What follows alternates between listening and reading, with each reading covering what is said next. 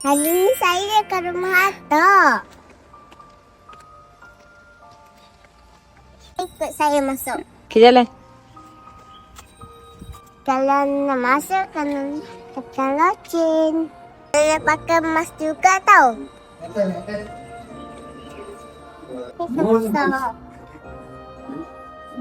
Dekat sini best. Ramai kawan. Ada banyak game. Makanan macam-macam. Makanan yang sihat. Semua staf baik. Angka suka layak Atuk. Rumah Atuk dekat sini. Rumah nenek dekat tempat lain. Atuk dan nenek tak duduk sekali. Ada waktu tukar pempas. Ada waktu ada waktu makan. Ada waktu main. Nak masuk tak? Kalau nak masuk, komen nak. Bye-bye korang. Ni cakap pasal apa? Sabila. Kenta.